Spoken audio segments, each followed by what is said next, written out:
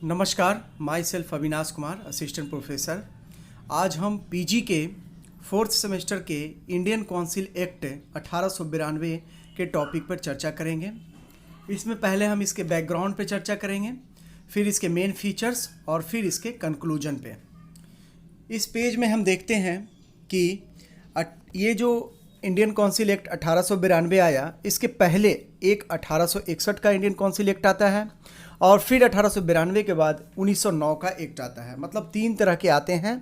ये जो भारतीय परिषद अधिनियम है वो तीन तरह के आते हैं, 1861 में, 1892 में, 1909 में। 1861 का बैकग्राउंड क्या था? 1861 का जो था, हम इसके पहले वाले वीडियो में देखे थे कि 1858 में क्या जो हमने भारत शासन सुधार जो लाया था, जो 1857 की क्रांति के बाद 1858 में ब्रिटेन की सरकार ने डायरेक्ट ईस्ट इंडिया कंपनी को हटाकर यहाँ पे शासन अपने हाथों में ले लिया था। उसके लिए हमने 1858 का जो सुधार लाया था, उसमें विधि निर्माण में सुधार के लिए 1861 का अधिनियम लाया गया, एक नई व्यवस्था शुरू की गई। वायसराय को 1861 के अधिनियम से वीटो का अधिकार दिया गया।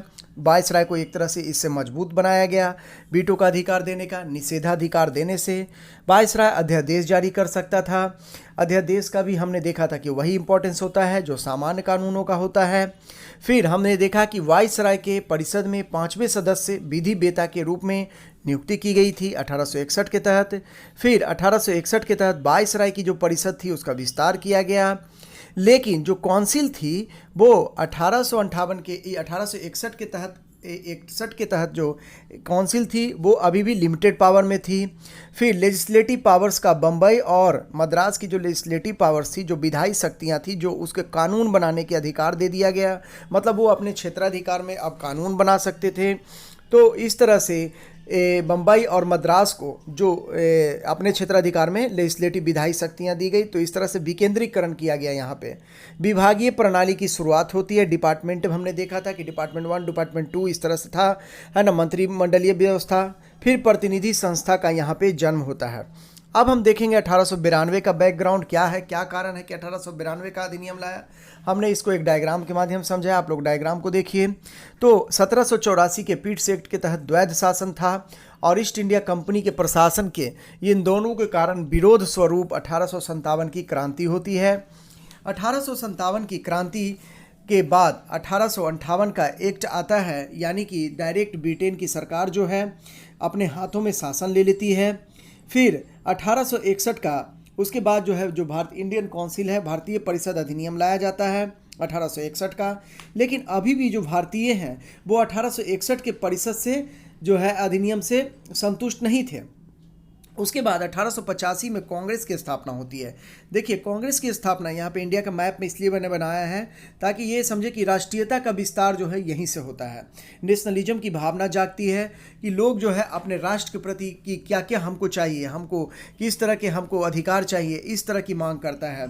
तो इससे नेशनलिज्म की भावना 1885 जागती है। इल्बर्ट बिल जो था उस पर विवाद होता है और उसके डिमांड, उसके रिजल्ट के रूप में 1892 का भारतीय परिषद INC के डिमांड पे इंडियन नेशनल कांग्रेस ये डिमांड करती कि हमको अधिकार दीजिए, और 1892 का भारतीय परिषद अधिनियम आया। इस पेज में हम देखेंगे कि परिषद के जो अभी तक जो हमने देखा था कि 1861 के अधिनियम के तहत जो काउंसिल थी उसके सदस्यों की संख्या में उतनी वृद्धि नहीं है। यहाँ पे सदस्यों की संख्या में वृद्धि कर दी जाती है। किसके सदस्यों में? भारतीय सदस्यों की संख्या में।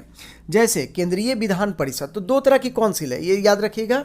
एक है CLC, देखिए मैप देखिए यहाँ पे, CLC और PLC। तो CLC सेंट्रल लेजिस्लेटिव असेंबली है, काउंसिल है, और PLC प्रोविंशियल लेजिस्लेटिव काउंसिल यानी प्रांतीय विधान परिषद। तो केंद्रीय विधान परिषद जो है आपका, उसमें क्या है, इसमें कहता है कि कार्यकारिणी के सदस्यों की संख्या कम से कम 10, देखिए हमने दिखाया है, जो अतिरिक्त सदस्य हैं। मतलब जो कहा गया कि आपको इतना अतिरिक्त सदस्य आपको ऐड कीजिए, तभी ना भारतीयों को प्रतिनिधित्व ज़्यादा मिलेगा। मतलब भारतीय ज़्यादा से ज़्यादा संख्या में रहेंगे वहाँ पे। तो उसको जो है 10 तथा अधिक से अधिक 16 हो गई। इनके सदस्यों की संख्या कहाँ? केंद्रीय विधान परिषद में, ठीक है। परंतु इसमें सपरिषद राज्य सचिव की आज्ञा लेनी होगी और उन्हें ही अतिरिक्त सदस्यों को मनोनीत करने की नियम बनाने के अधिकार दिए गए, राज्य सचिव को। लेकिन साथ ही साथ इसमें ये देखिए कि 40% जो कर्मचारी होंगे वो अशासनिक होंगे। 40% कहीं पे आपको 2/5 भी लिखा रहेगा, तो आप लोग ध्यान दीजिएगा 2/5 को अगर हम डिवाइड करेंगे तो हमारा 40% ही आएगा। ठीक है, तो 40% अशासनिक अधिकारी हो या 2/5 हो, इन अशासनिक अधिकारियों में से कुछ चुने हुए और कुछ मनोनीत होने थे, कुछ चुने हुए कुछ मनोनीत। अब हम देखते हैं कि जो सदस्यों की संख्या वृद्धि की गई तो प्रांतीय विधान परिषद पे क्या प्रभाव पड़ा, तो उसमें सदस्यों की संख्या कम अधिकतम 20 और न्यूनतम 8 थी। सदस्यों की वृद्धि करके सशक्तिकरण कर दिया गया इससे।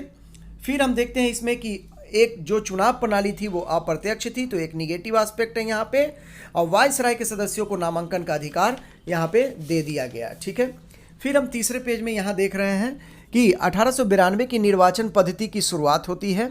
इसकी 1892 की एक खासियत है कि निर्वाचन, लेकिन निर्वाचन शब्द का उल्लेख नहीं है, और ये निर्वाचन पद्धति कैसी है, पूर्णतः अप्रत्यक्ष है। ये ध्यान रखिएगा आप लोग, निर्वाचन पद्धति कैसी है, पूर्णतः इनडायरेक्ट है। जैसे राष्ट्रपति का अगर चुनाव होता है तो इनडायरेक्ट होता है, प्रधानमंत्री का चुनाव होता है तो डायरेक्ट होता है। ठीक है, तो ये ध्यान रखिएगा। तो यहाँ पे अप्रत्यक्ष है।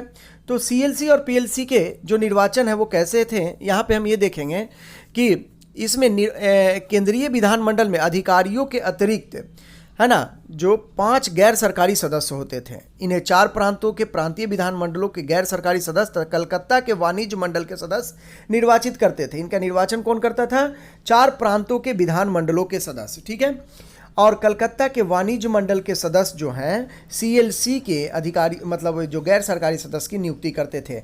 अन्य जो 5 अधिकारी होते थे गैर सरकारी सदस्यों को गवर्नर जनरल मनोनीत करता था। ठीक है, अब हम चलते हैं प्रांतीय विधानमंडल की तरफ, देखते हैं। ठीक है ना, देखिए वाणिज्य मंडल को एक जो है वो कलकत्ता से आएगा, 4 प्रांत के विधानमंडल, ये दोनों मिलकर जो है ये गैर सरकारी सदस्य जो है सीएलसी में उसका 5 का निर्धारण करेंगे। अब हम चलते हैं प्रांतीय विधानमंडल में, देखते हैं कि नगर पालिकाओं, म्यूनिसिपैलिटीज, विश्वविद्यालय, जिला बोर्ड, वाणिज्य मंडल, चेंबर ऑफ कॉमर्स, जमींदारों को प्रांतीय विधान परिषद यानी पीएलसी के सदस्यों को अनुमोदित करने का अधिकार अधिकृत किया गया।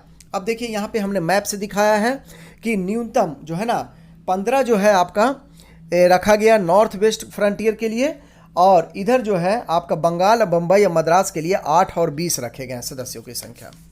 फिर हम नेक्स्ट पेज पे देखते हैं कि विधानमंडल के सदस्यों के अधिकार में वृद्धि की गई यहाँ पे। ठीक है, आईसीए जो विधानमंडल के सदस्य हैं, जैसे परिषद के भारतीय सदस्यों को बजट पर वार्षिक पर विचार प्रकट करने का अधिकार दिया गया।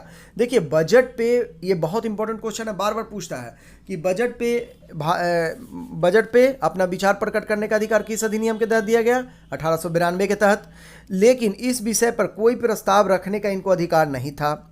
राइट, सिर्फ ये था कि आप बजट पे क्वेश्चन कर सकते हैं, लेकिन आपको वोट देने का अधिकार नहीं था। ये बहुत इंपॉर्टेंट, देखिए हम राइट टू वोट को काट दिए हैं, क्रॉस किए हैं, यानी कि राइट टू वोट इनको नहीं है। अनुपूरक प्रश्न नहीं पूछना है, सप्लीमेंट्री क्वेश्चन, ये अनुपूरक मतलब कि आपसे हम सवाल किए, आप जवाब दिए, फिर आप हमसे किए, फिर काउंटर सवाल कर रहे हैं, इसको कहते हैं सवाल जवाब। ये स्थिति नहीं थी, हम जो बोल दिए। ठीक है, ये था। तो अभी भी इस तरह के नहीं थे। इस प्रकार 1861 के परिषद को, जो 1861 में लेकिन क्या था, अब देखिए 1861 के अधिनियम में ये अधिकार नहीं दिया गया था। दूसरा हम देखिए पब्लिक इंटरेस्ट के मामले पे 6 दिन की सूचना देकर आप प्रश्न पूछ सकते थे। कोई पब्लिक लोकहित का मामला है कि जैसे अब कोई चीज़ पूछना है तो उसमें आपको 6 दिन का अतिरिक्त समय देकर आप उसके सवाल को पूछ सकते हैं। फिर लास्ट पेज पे हम देखते हैं कि आपका आता है 1892 का कंक्लूजन। राष्ट्रीय मांगों के अनुकूल नहीं है ये, जैसा कि आईएनसी ने ब्रिटिश सरकार से मांग की थी। चुनाव प्रणाली की विधियां भारतीय सदस्यों के प्रतिकूल थी। प्रतिकूल तो है ही विधियां पूरी तरह से, है ना। वो आपसे डायरेक्ट डिमांड कर रहे हैं कि डायरेक्ट चुनाव करवाइए, आईएनसी कह रहा है, आप इनडायरेक्ट करा रहे हैं। आप जो है गैर सरकारी सदस्यों की संख्या बढ़ा रहे हैं, मेजोरिटी अभी भी आपके पास है संसदीय प्रणाली की दिशा में, लेकिन फिर भी यह एक अच्छा कदम है। ठीक है, अब कहता है कि भारत में अप्रत्यक्ष चुनाव प्रणाली का आरंभ होता है। परिषद में अतिरिक्त नॉन ऑफिशियल सदस्यों की संख्या में वृद्धि तो की गई, लेकिन बहुमत सरकारी सदस्यों का ही रहता था। भारतीय सदस्यों को ज़्यादा फायदा इससे नहीं हुआ। सदस्यों को अनुपूरक प्रश्न पूछने का अधिकार नहीं दिया गया। तभी तो ये ना नरम दल को ना ही गरम दल के लोगों को प्रभावित कर सका। इसलिए तिलक ने कहा बाद में के दिनों में कि स्वराज हमारा जन्मसिद्ध अधिकार है और हम इसे लेकर रहेंगे। Thank you.